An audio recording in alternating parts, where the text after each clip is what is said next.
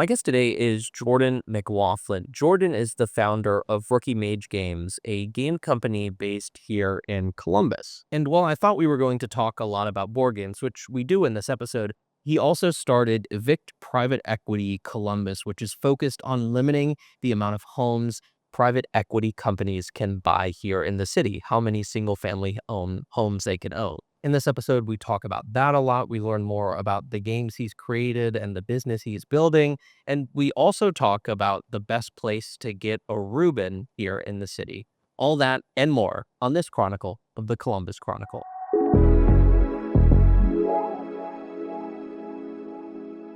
Thanks so much for coming by. I am so interested in hearing your story and how you built your game company, which is awesome, by the way. But then all the other stuff you're doing on the side, which we can get into, which I want to say is probably just as big. It sounds like. Hopefully it's as big. Yeah. But for people who don't know, who are you and what's your story? How did you end up here in Columbus? So my name is Jordan McLaughlin. I grew up in Utica, which is one county over. I grew up on a dairy farm, milking cows. Like I have a very humble background, but after I went to college, I moved here to Columbus. Started working in politics for a while, doing kind of like consulting type work for campaigns. Got out of that, started just doing marketing to a bunch of different places. And eventually really was I want to do something that's mine. Cause when you're working at a company, you might have the best idea, but it doesn't matter if someone else above you thinks their idea is better. So it gets frustrating, but of I could be really good at this if people would just get out of my way.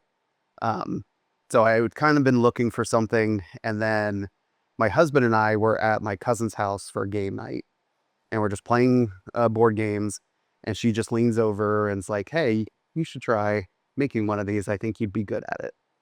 And it's like stereotypical cartoon light bulb thing, that goes off in your head. I'm just like, yeah, I could do this. I think I would be good at it. So as we're driving home, my husband's driving me, and I'm talking about, oh, it's going to play like this. I'm going to call it Don't Get Stabbed. I'm going to do this and this. And he's kind of more the, okay, dear, whatever you say, darn for bed. But the next morning I ordered blank poker cards, markers, and got to work and spent 2 weeks kind of on the spare bedroom floor, pretending to be multiple people putting this game together. Took it back to that game night a couple weeks later, and they all enjoyed playing it. And they're like, well, you have to do something with it now. So that's kind of where it started. I went to Kickstarter to get funded because I didn't have the money to produce it. I didn't even have the money for an illustrator. I had to, after work, I went to the Westerville Public Library and watched YouTube videos on digital illustration to teach myself how to illustrate the game. Great library, by the way. Westerville Public Library. Great. So it's amazing. Libraries in Columbus are, for one, we have awesome library system. I think one of the best things ever, as I rented a mold detector once, because I thought there might be mold in my place, and I looked it up, and they're like, oh yeah, you can just rent one from us. The libraries are the most amazing things in the world. Agreed. So went to Kickstarter, got that funded, got them in, started selling them online, sold out in a month and a half. So I was like, all right, now this is a thing for real. And it's been growing ever since. So the year we grow around 25%. I'm up to 7 games now. Don't Get Stabbed, still the most popular one. It probably always will be, just because the name alone is a great name. But we're working on a spin-off game of that now. I've got a plushie. People kept asking for a plushie of Stabby, who's a kind of Grim Reaper character. And, it's something that, I do full time now. This is a complete change of my life. I work for myself. I get to do these cool things. I get to do all the boring stuff too, like sales forecasting, logistics, all the boring stuff still there. But I get to do something really cool that brings people happiness. And I get messages, I get people, they send me photos of their game night of them having fun and stuff. And it's really a blessing out of all the things that you could do for work, knowing that, hey, people are enjoying playing something you made. That's good for me. That makes me happy. I love that. I am so curious to know and I imagine there's a lot of intricacies along the way, but from the writing on the poker cards to having your finished game, which looks super sleek and the illustrations look sleek, so the training clearly paid off. Yeah. What does that look like? Well, there's several parts of the process. The first is the game development, and you don't know how long that's going to take. You have no clue. There's games that I've had that have been in development for 5 years at this point. And they're kind of at a point, and it's like I should probably be done with them. They're just never going to get to a point that I think is playable in a way that I'm comfortable selling. And then there's other ones that like, oh, I got that together in a weekend, and it's one of my better games, you know. And so that entire process, who knows? But then going from, okay, once you have a game, you need to get illustration. So sometimes that depends on the level of complexity that you need to have it. Some games require less than others. Like if you're doing a kid's game, you need a lot of very vibrant, complex art to just keep their attention. If a game is, going to sell for $10, it doesn't make sense to put up a whole lot of money in illustrations because you're never going to make that money back. It's a $10 product. So that all kind of varies. And then just from the logistics standpoint of like, oh, I have everything, I've ordered it. Like that is a 4 to 6 month product process from when I order a game, give it to a manufacturer, to when I actually have it in my hands. From then manufacturing to it getting on a boat and then getting to my hands, that's 4 to 6 months. That is a long process. How many games do you have now? I have 7. There are only about 4 that are still in print. They're still in print. And the original one you talked about, the one that I see all the illustrations for, the Grim Reaper-esque character. Can you give me a high level of how the game works? So it's just like a horror movie. You have one person as the killer, everyone else is victims. You know who the killer is. It's not like a secret identity or anything. So everyone takes turns drawing cards from the deck. And if you're a victim, if you get 3 stab cards, you're dead and you're out of the game. So you want to avoid getting stabbed. So you're going to use things called action cards like first aid, kung fu to try to block it. The most popular one is the human shield, where you make someone else get stabbed instead of you. Lots of fights start with that card. So people, as they're going through, they're also trying to find these blue combo cards that have like horror movie tropes on them. Because when you get 3 of them or 2 of them that match, you trade them in for a car card, which is another deck. And in that deck, if you're able to spell out the word car, like there's different letters on each card, then any victims are still alive, escape, and they win the game. But if you're playing as the killer gets to do other things. Like on the action cards, they get their own powers. Like they can put victims in traps, they can steal cards from them, basically make it harder for them to survive. And then when the killer gets stabbed cards, they get to put them back in the deck wherever they want. So you can target someone to get them stabbed and out of the game. Killer wins if they manage to kill everyone. That sounds pretty fun. I'll have to. I haven't played. I'll have to get a copy. I see it on your site. So what has kept you then here in Columbus? You're working for yourself. I know you said you're married. Like, what's kept you here? Like, just the city? Like, what? Yeah. I have family here, which is always nice. But it's also just like it's a city that is constantly changing, which I always find interesting. Anytime I come downtown, I'm like, oh, there's a new restaurant that I can try. It's not always just the same old. Like, I come from a small town. The restaurants are the same restaurants that have been there for 35 years. You know what you're getting. There's nothing new. Columbus has that, and also like in our community, we've really got a good group of neighbors that really make us feel like a community. When I first kind of came to Columbus, it didn't feel very community centered. It kind of felt like everyone's kind of from different places and keeps to themselves. That's kind of changed for us. We know all of our neighbors. They're come let our dogs out if we need. They come by. Like my husband and I, after COVID, we built like a little bar in our garage because we were like, we need more space or we're gonna kill each other.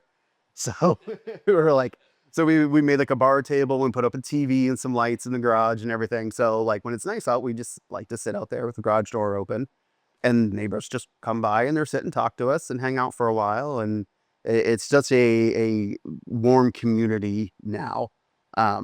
and it's just a great place to live. And you and your husband, are you up in New Albany? Did I see that? We are Columbus, but we're like really close to New Albany. We call it the slums of New Albany. How did you guys meet? What's this, sir? Online, like just online. There's no interesting stories about people meeting each other anymore. It's like, oh yeah, we met online. So as you were building this board game, you mentioned that it comes via boat. So do you work with like a provider overseas, I assume? How has that been like monetarily with the shifting? Like I know there's like tariffs now for everything. Does that impact you and you guys? Yeah, it's been a big problem. So like I said, like it takes 4 to 6 months from when you order something to when you get it in hand. So when this whole tariff thing started, so I work with a company in China that manufactures my games. That is kind of standard across the toy industry. Um, I'm not a historian, but I know sometime in the 80s, tariffs on China for toys were taken down to 0. And that's basically why that entire industry moved there. It's one of the things of, I'm such a small business. I can't build a factory here to make these. I have to go where these factories are. The only option is China. There are a few places here, but I'm not big enough. Like they want 50,000 unit orders. I'm nowhere close to that on my orders. So me and the businesses my size in the industry, like we just do not have the choice. We have to go to China. So when this whole tariff thing started, it was a massive panic because people had already paid the manufacturers for these games. And like, we're a very seasonal industry. It's, November, Christmas. That's when most of our businesses make their money. So now like, oh, you budgeted for a certain amount to pay for these games. Now, oh, it's an extra 20%, maybe 30% that you didn't count on. And it's 4 months later after you've already paid this. That's a huge disruption to a lot of people's budgets. Like when mine came in, when I ordered my games, there was no tariffs. When they came into the port of LA, it was a 20% tariff, and I paid that. If I had been 2 weeks later, it would have come in when the tariffs were 145%, and I would have had to pay over $21,000 of unexpected expense because they just put the tariffs in overnight. And I wouldn't have been able to pay that. My product would have been destroyed, and I'd be out of business. So that's why there's many other businesses that are suing the Trump administration over these tariffs I don't want to get into legal jumbo because I'm not a lawyer as much as I like to think I am. I'm not. But the general argument is that the president does not have the authority to do tariffs because the Constitution specifically gives that power to the legislature. And it's what's called an untransferable power. Even if Congress doesn't want to do it, too bad, it says you have to do it. The second argument is that the president claims he has the authority to do this because he declared an economic emergency.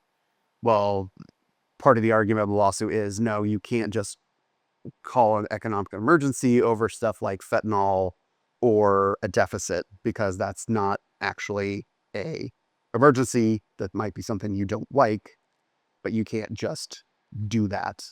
And even if you could declare a economic emergency, that still does not give you the authority to do tariffs, because nowhere in the economic emergency language does it say tariffs is a tool the president can use in that. So is it you and other Columbus businesses, or is it you and other people in your industry, or is it you alone suing, or how does that look? It's me and several other like gaming companies, and then there's a couple other kind of like really random ones. One is a clothing company for kids, which is called Princess Awesome, which is great because like they're the first name on the legal document. So it's Princess Awesome versus Donald Trump, federal government. Best case name I've ever heard in my life. So there's about a dozen of us, I think, and all of us are small businesses that have been negatively affected. in ways that we can easily show.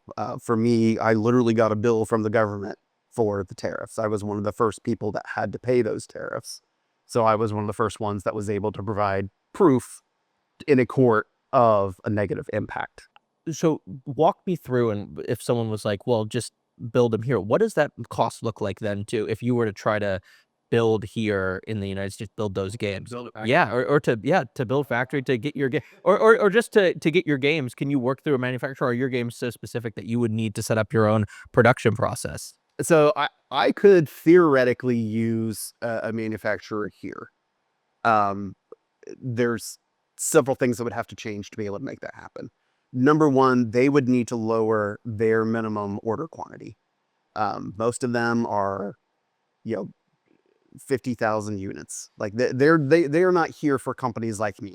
They're there for the big guys in the industry that are ordering millions at a time. And because they're ordering millions at a time, they can also get those games at a lower cost per unit and still do that within the United States. Um, if for most businesses my size, a 10,000 game order is a big order. Like that's huge. A lot of the first timers, like I think you see on Kickstarter and stuff, their first order is going to be between 500 and 1,000. And the only places that will do those numbers are China. For building my own factory here, I mean, I didn't mean to get into the fact. That's what I was thinking. It's like, are there companies that produce? But like you said, if it's in such a large quantity, like you and other, like, how do you get into that industry if you can't, front the cost for 50,000 or hell 10,000? yeah, exactly. And like it's, I would dread to even guess how much it is, but I definitely know I'm never going to make up in sales what it would cost for me to have to do that. Like I am a small business. Like I make enough to live comfortably and do what I do. I'm not, you know, driving around in Lamborghinis. Yeah, You know? trying to pay the mortgage. Yeah, like I'm making sure my bills are done, and hey, I got a little bit, we can go out to eat, like, and that's kind of like the way we want it. Like I really just wanted to have something that allowed me to have freedom. So that's provided that, and I mean, I technically make less now than what I did when I was working full time with someone, but I can make this work, so I'm going to, because just my quality of life is so much better. Um, so yeah, building a factory, yeah, not gonna happen. So talk me through that route. How did the game take off? Obviously, at first I imagine it's family and friends that are interested in playing, but you get to a point where it's clearly spread. How does that look? So when it came to Don't Get Stabbed, I had a very specific strategy of how I wanted to do it.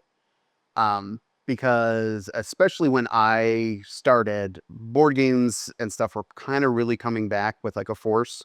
Ever since like Cards Against Humanity came out, like when I was college, it kind of changed the way people think about board games. It made more acceptable for adults to play them. Yeah, I know. Like they're great. I'm like think, yeah. So it's been building up since then, but it's when I was getting into it, I'm like, man, there's really kind of like maybe an oversaturation of if I do this, how do I even make this stand out enough in this industry to get anyone to care? Because I think it's like several hundred games a month show up on Kickstarter right now. Like it's insane. Um, so with Don't Get Stabbed, I didn't market it towards gamers. I marketed it towards horror movie fans. And I specifically made the game funny more than scary. It's not, there's some tension, but it's not scary. And it's not bloody or gory. It's more trying to be silly and have fun. The idea being sell it to horror movie fans. They can get their non-horror movie fans to actually play it with them because it's a game that doesn't just look like it's covered in blood. And then they like it and then they buy it. That was the plan. So even like you look at like the keywords and stuff that people that show up for my game now, it's mostly horror movie keywords related than actually gaming keywords. Hmm. Interesting. Yeah, it's just such an interesting process because I've always been curious, like, one, how you build it out, like, right, like the idea and then the creation, but then secondly, how it actually takes off. Because like in my mind, it's like I would struggle to get anyone other than my friends to, but that's again why I don't have a board game business and you do. Um, so how long exactly have you been doing that now, where it's been full time for you? For full time, I am just 3 years going on 4 years, I think. I did a couple years because it kind of started and like my employer at the time knew what I was up to. They were supportive, like they were a great company. Um, but then I kind of started letting the hint of, this is taking a lot of my time. You guys might want to think about the future. And they're not dumb. They got the hint. So like one day it was like, hey, I'm putting in my 2 weeks. I can't do both anymore. And they were kind of already prepared. They're like, what if you went part-time for us? And that way you could kind of still get health insurance and the stuff that you need. And we can get someone else onboarded and you stay around. And that's kind of a more gradual offboarding. So we did that for about a year and a half, which was really great. Of like, it eased me into it without kind of having like, or me still having like a little bit of a security net. But after that, like, it got to a certain point of like, okay, like we have to cut the cord, and they were ready to, like, they had new people on. They're like, okay, yeah, we're in a position where we're okay. So it was good. But it was, it's one of those things of, it's really great. It changes your life. But it also really helps you identify your flaws so much faster that when you're your own boss of, like, yeah, if I don't force myself out of bed at 9 o'clock, I'm not getting out. So like you got to learn that self-discipline and all that kind of stuff that you always have before, because you have this fear of losing your job. Now you don't have that. How do you keep making sure you're doing what you need to be doing and stuff? And that's a good learning process as well. Right.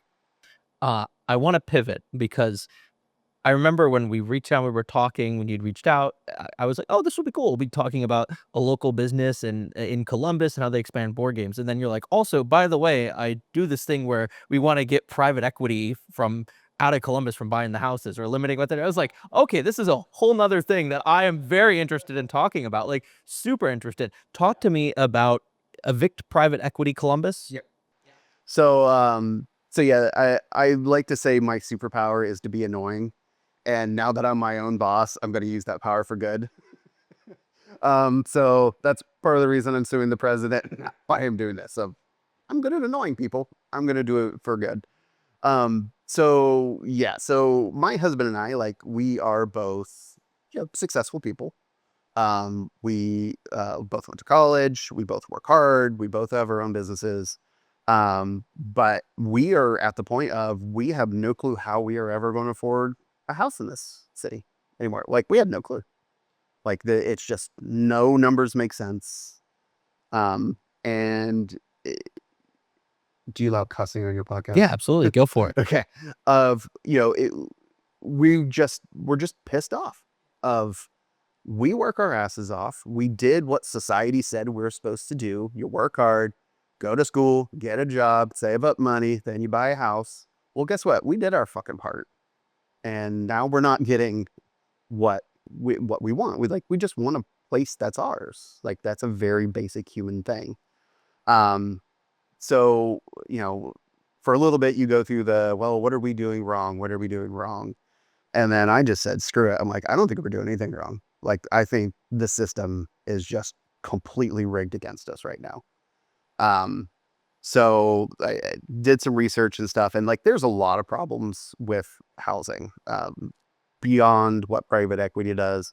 We have lots of problems. There's a good episode, not to plug my own podcast on my Plug your own podcast, podcast. but like a couple episodes ago, a man named Michael Wilkos from the United Way Central Ohio talks really in depth about housing, and it's so just interesting to building how much that impact. I don't mean to sidetrack, but I'd highly recommend giving it a listen if you haven't yet, because super in on that. But sorry, go ahead. Yeah. So it's just, it got to a point where, like, I was looking into this, and like, reading about these private equity companies that like one of them is now the largest landlord in the world. Like they have like 300,000 homes, and that's just one of them. And they're single family homes that they have no interest in living in. They buy them to add to their portfolio, pull the inventory down, which makes the prices for everything go up. And if they do rent them out, they're renting them out at a much higher thing than what that mortgage is. So they're just using them as income properties. And those people who are in those houses are never going to be able to save up money. Like they are setting this up to turn the middle class into a permanent renting class. I mean, there's been several elitists out there that have talked about, oh, you're never going to own anything and you'll love it. I'm like, well, don't tell me what I'll love. How about I'll decide that? So I was looking into solutions of, okay, how do you stop private equity from coming in and just buying up everything? Because they're doing cash offers with no inspections. Like no reasonable family can do that. They have to have a mortgage and you have to have an inspection. Like I'm never going to spend $400,000 on a place that I can't have checked out to make sure it's not full of mold. But private equity doesn't care because they're never going to live on them. It's not their problem. So I was looking at solutions and I came across this bill that is in the Washington State legislature, which is to limit the amount of homes that private equity and some corporations can own within their state. So I read through that and I'm like, okay, this is one, something that seems would be effective. Two, is easy to understand. Like people know what private equity is. They know they're a bunch of shitheads and they don't want them in the community, and they can understand getting rid of them. That's a much easier argument than talking to them about mortgage rates and inventory levels. It's it's simple. People get it. And it's something I think would actually solve the problem of it's a pretty simple fix. So I went before Columbus City Council. They kind of have like the open mic or whatever it is afterwards. And I said, hey, I'm a constituent. I would like to see you guys consider legislation that limits the amount of homes that private equity can own. And if they're over that amount, they have to start selling them back, just to get them back to the families that live here. And what was that response? So they asked a lot of good questions. I know, like, I'm just throwing this on them. I didn't expect them to be like, oh yeah, we'll do that immediately. It was start the planting the seeds and stuff. And they were asking a lot of good questions. And they asked me to talk to some of their legislative aides and stuff afterwards, because they were wanting to ask questions about, where did you get this bill? Can I get a copy of this so I can read this? So like, this is all new to them. So they're kind of starting to figure out the idea too. But the general consensus that you always get is, okay, if you want this to happen, you need to get the city of Columbus on board. So like, all right, well, it's time to pull out the old political hat and do it myself. That's always kind of been my motto of, I like Marvel movies, and in the second Avengers at the end, Thanos, he does fine, I'll do it myself. I printed that out and that's actually above my desk. I'm like, that's my motto. Fine, I'll do it myself. Working on starting this Evict Private Equity Columbus. It's very early. I'm working on writing the ordinance language, which is horribly boring. Like, I wish that upon no one. But it has to be done. So we're working on that, and then we need to make sure that this idea is legal. Because as far as we can tell, when we're looking at what home rule laws of like what the state says cities can do, there's nothing 100% that's obviously conflicting that. But we need to still have Columbus City lawyers and stuff look at it and be like, yes, they do have the authority to pass something like this if they wanted. Because one of the things that in Ohio in general, a lot of people don't know, that came up during the New York mayoral race, is rent control. And in Ohio, no cities are allowed to do rent control. It's against the law because of the state legislature. So this is a similar thing of, is there anything at the state level that's going to prohibit that? So we're figuring that out, but also at the same time, figure out talking points. I'm a very move fast and break things type person. So I'm like, well, we're just going to do 5 things at the same time and, and see where we end up. Cause like, it's so much better than just sitting around hoping for the best. Um, so it's a challenging thing. I'm excited to do it.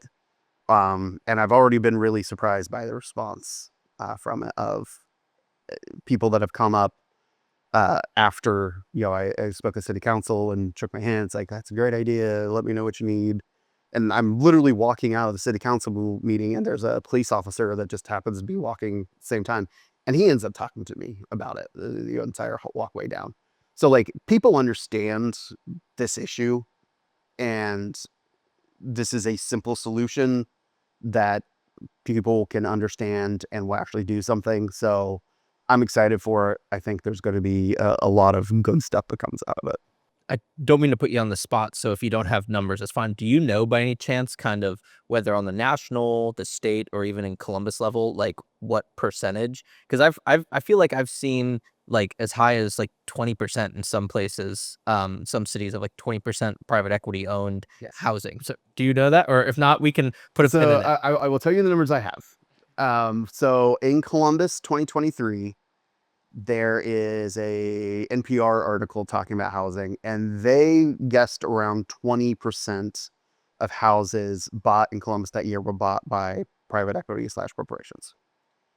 Uh, Not entirely sure where they got that number from. And then there's an AP article from earlier this year talking at a nationwide level that they believe 27% of all houses nationwide the first 3 months of this year were bought by private equity and corporations. What those numbers really look like doesn't seem like anyone really knows. It's because there's never really been any tracking mechanism to figure this out. Because a lot of the corporations, like, you have a private equity, they have 25 sub LLCs they're using to do whatever. Because one of the things that, as I'm writing out this ordinance, that I'm trying to figure out is, how would you even enforce this? And the answer is probably going to have to be some sort of landlord database of, these people own these houses that we know they're the landlords for, and they need to register and show who they are, so we can tell how many houses they have. We have very, very little information on this, because no one's really cared to. I don't think it was really a problem before. Like, this is really a 2020 on problem of these private equity things coming in. And it became a huge problem before anyone else seemed to really notice what was going on. So those tools were never built.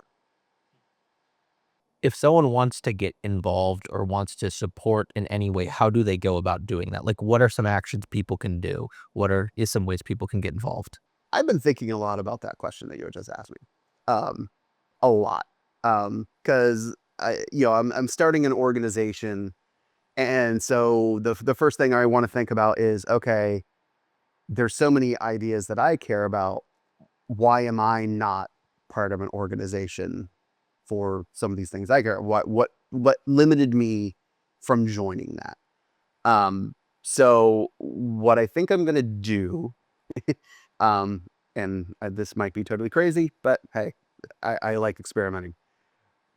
Instead of asking people to join an organization traditionally of, come to our monthly meeting, spend a weekend afternoon out collecting signatures, kind of the normal thing, I'm going to ask people to show up 3 times when I need them to. Just that. That's all I'm going to ask you to do. You just need to show up too. You don't have to talk to people. We just need shows of force showing enough people care about this, and they care enough to show up. And so I want to change that ask, because people are busy. They got kids. They got other things they're doing. Uh, Asking them to do a whole bunch of stuff is not reasonable. But I'm like, if I can ask them 3 times, just show up to show a blunt show of force. Maybe we can change something quicker than we think that we can. So I'm going to experiment with that. But it's evictprivateequity.com. Takes you to our mobilized site, and the finalized site will be done in the next week or two. I'm working on it, where you can join our mailing list and everything to know when those dates are coming. And those are probably going to be city council meetings. That's what they need, is the people to show up and say, yes, the people want this. So yeah, 3 times is like the motto of 3 times to change housing in Columbus. I like that. I like that. A few more questions for you that I always like to ask, and then anything else that you want to add, I'm all ears. But when you look at the future of Columbus, and before I go into that, I assume the private equity is part of the answer to this question, the private equity homeownership. But when you look at the future of Columbus, what concerns you and what excites you? I would say what definitely excites me is the newer generations starting to have influence. For whatever reason, older generations have trying to held on a little too long. But like, you start seeing it now. You see like millennials that I'm 42 years old. Do you know how many people still call me kid? It's ridiculous. But like, seeing people that have this energy that's been gone for a long time starting to get leadership roles, starting to have influence, like, that really gives me a lot of hope of there's people ready to solve these problems that we're facing, and they're finally being put in a position where they can do it. Instead of just, millennials and Gen Z have been fixing PowerPoints for boomers for most of our career. It's time for us to make to take the rounds of stuff. I and the When it comes to what I'm not looking forward to, or what I think is bad, yeah, obviously housing. But like, when I talk to people, there is just so much abject negativity about the future of I don't know anyone off the top of my head that is not dreading what the news is going to say the next day. Um, and they've all worked hard, they've all done good things, and everyone's just struggling to get by, and they don't see a way out of it. Because it's one of the things that's always bothered me of the middle class has suffered for so long that they've really forgotten that they're not supposed to. Like, that's not what the middle class is supposed to be, where the arrangement was, you guys get to have all this money, we get to have all these good lives, and that was kind of the social contract. Well, that social contract doesn't exist anymore. People, families have to work 2 jobs, pay $25,000 in childcare for their kid that they never see. They're working more hours than they've ever worked. They're more productive than they've ever worked, but they're getting paid less because inflation's gone up and wages haven't gone up in 20 years. So yeah, there's just this kind of hopelessness that so many people have, and I don't know how to fix it. So I would say that's the thing that really bugs me the most. Yeah. And to your point, specifically here to Columbus, I hear it all the time from people who want to stay here in the city, who are renting right now. And when it comes to what's in their price range, even if I know some people that are making close to 6 figures or even right along in 6 figures that still are finding it really hard to afford one of the lower priced houses in Columbus. And it just, that was never supposed to be that way. Yeah. You know what I mean? And it's never really been that way in our history. People have always been able to have that access, or be able to pursue that dream without feeling like they're going to have to live paycheck to paycheck for as long as they have that mortgage. Yeah. And we're so used to it now. Like, people live paycheck to paycheck for so long, and that it's become normal. It used to be like, oh, you're in a bad position. Like, no, that's just the position everyone is. Like, there's lawyers in that position. Like, the money, that's the thing that really pisses me off. Whenever it comes time to say, like, oh, let's do this to help people. Let's do this to help it. Well, we don't have the money. Like, we're the richest freaking country in the world. What the hell you mean we don't have the money? We have the money. You don't want to spend it. Like, don't give me that crap. So, like, it's one of the things of, like, we as Americans, we're smart as hell. We have plenty of money. We can solve any problem. Anything. Doesn't matter what it is. We can solve it. We can solve world hunger if we wanted to. But some people don't want to, so we don't get to. So there was a town hall with some Republican senator the other day, and he's just screaming at the people, "You don't get free healthcare. You don't go free healthcare." I'm like, but you do. Why do you get it? Because, I mean, you're not really doing your job. So yeah, it's frustrating because, like, I know we can fix all this stuff. It's just so many layers of our institutions have failed us that it's almost astounding how badly they have all failed. And that's part of the reason I do this. Fine, I'll do it myself and go to city council. And doing this now is like, because no one else is going to help us. No one else is going to do anything. We are going to have to solve this problem. Our elected officials are not going to do anything. Our courts aren't going to do anything. If we want it fixed, we have to fucking do it ourselves. Pivoting a little bit, I always like to ask this question as well. In Columbus, your favorite places to just go eat, drink, hang out? So for eating, so I am a Reuben connoisseur. My friends and I have joked of how much I should just start a Reuben blog. Because I have a scale in my head of, you did this right, you did this right. Sometimes, like, I'm okay with a little experimenting. Like, oh, you want to use a different type of sauce? Fine, that's okay. But out of any restaurant I go to, if they have a Reuben, I eat the Reuben. If I have beef before, best Reuben I had ever had is Villanova and Workington. And I'm so happy that I don't work close to it anymore, because my doctor probably ate all that corned beef cholesterol, but man, it was delicious. Yeah, it was bad enough that, like, when I'd go in, I'd sit at the bar, like, for lunch, and the bartender lady didn't even have to ask me what I wanted. She's just putting it, oh, he's here for Reuben. So Reuben, what was the other places for drinks? Yeah, just eat, drink, hang out, any of those. So my husband and I, we are both pretty introverts. So our favorite place to hang out was our garage. It's great because, like, it's cheap beer. It's got a garage door. It's got a TV. It's great.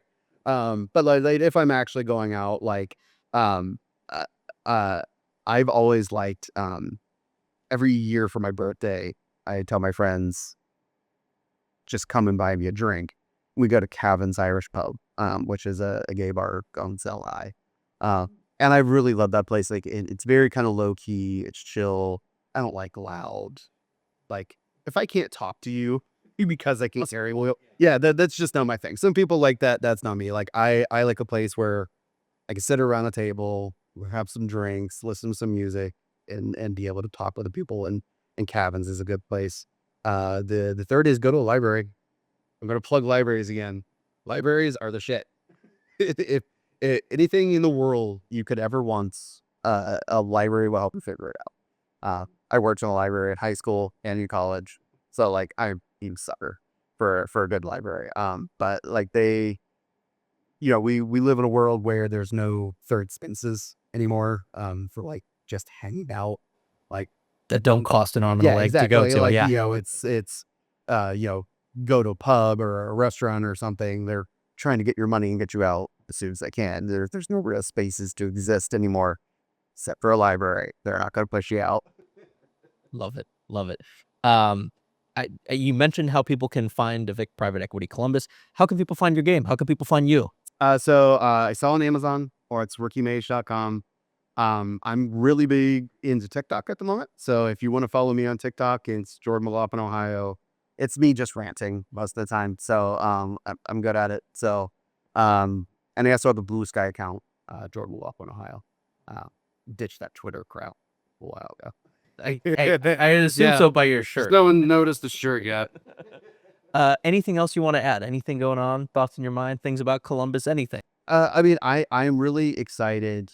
Um, there's a lot of changes coming, politically, I think. Um, uh,